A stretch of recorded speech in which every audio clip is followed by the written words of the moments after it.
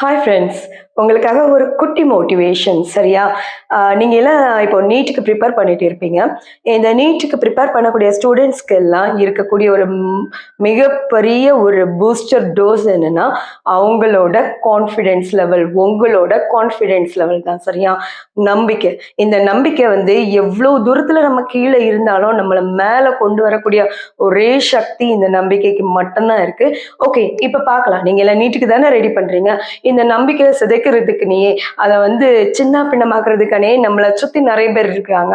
அவங்கள பத்தி தான் நம்ம பார்க்குறோம். ஓகே, ஃபர்ஸ்ட் உன்னோட கான்ஃபிடென்ஸ் லெவலை ஒரு 10% குறைக்கக்கூடிய கெப்பாசிட்டி யாருக்கு இருக்குன்னா நம்மளோட பேரண்ட்டுக்கு தான் இருக்கு. நீ படிச்சுட்டே இருப்பா, நம்மளோட பேரண்ட் அங்கே இங்கேயும் மூவ் பண்ணிட்டு இருக்கும்போது அப்படியே நம்மளை பார்ப்பாங்க.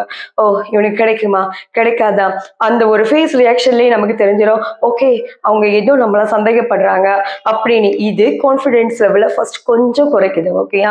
அடுத்தது எடுத்துக்கிட்டிங்கன்னா நம்மளோட ரிலேட்டிவ்ஸ். நீ அகாடமிக்கோ வேற எங்கேயாவது ஒரு குரூப் ஸ்டடி அப்படி ஏதாவது பண்ணணும்னு நீ போயிருப்பா நீட்டுக்காக.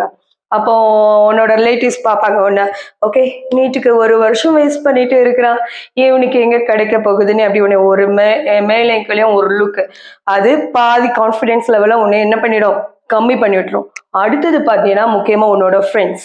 அதாவது ஃப்ரெண்ட்ஸை பத்தி நீ என்ன நினைக்கிறேன்னா, ஓகே அவன் இன்ஜினியரிங்ல போயிட்டான், அவன் வேற ஆர்கிடெக்டுக்கு போயிருக்கான், நம்ம மட்டும் தான் இந்த ஒரு வருஷத்தை நம்ம வந்து வேஸ்ட் பண்றோமோ அப்படின்னு அது வேற கான்ஃபிடென்ஸ் லெவல குறைக்கக்கூடியது. ஓகேயா?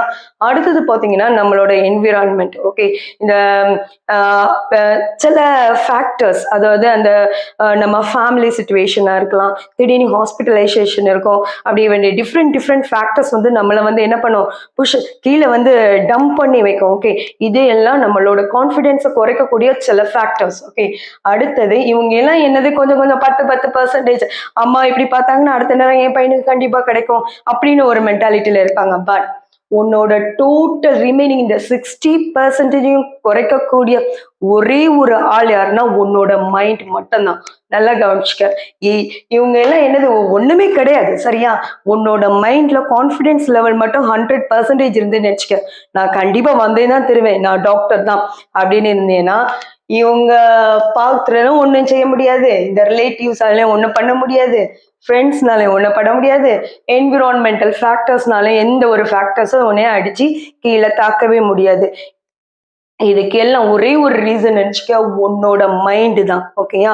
ஒரு குட்டி ஸ்டோரி தான். ஒரு எனக்கு தெரிஞ்சவங்க தான்.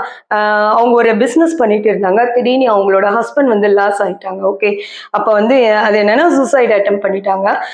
அது என்ன பண்றாங்கன்னா டோட்டலா அந்த பிஸ்னஸே வந்து மூவ் ஆகுது, ஷிஃப்ட் ஆகுது. அப்போ என்ன பண்றாங்கன்னா அந்த லேடி அவங்களோட ஒய்ஃப் என்ன பண்றாங்க, ஒரு சின்ன கான்ஃபிடென்ஸ், இந்த ஒர்க்கை இந்த பிஸ்னஸை நான் பண்றேன், ஆனா அவங்க படிச்சது வெறும் 3rd ஸ்டாண்டர்ட் தான். ஓகேயா? இந்த பிஸ்னஸை நான் பண்றேன், அந்த ஒரு கான்ஃபிடென்ஸ் தான் இப்போ அவங்களுக்கு கிட்டத்தட்ட 400 கோடி வந்து லாபம் வந்து கொடுத்துருக்காங்க. ஓகேயா? ஒருத்தங்க பிஸ்னஸ் வந்து இல்லைன்னு சூசைட் பண்ணவங்க அவங்க ஹஸ்பண்ட், அது இல்லை என்னால முடியும்னு நினைச்சு வின் பண்ணவங்க அவங்க ஒய்ஃப். இப்ப நினைச்சுக்க, கான்ஃபிடென்ஸ் லெவல் உன்னை வந்து எவ்வளவு தூரம் கொண்டு போகும். நீ என்னைக்குமே நீட் ஸ்டூடெண்ட்ஸ் ஒன்றை மட்டும் மிஸ் பண்ணிடவே செய்யாதீங்க, அது உங்களோட கான்ஃபிடென்ஸ் மட்டும்தான். Okay, all the best.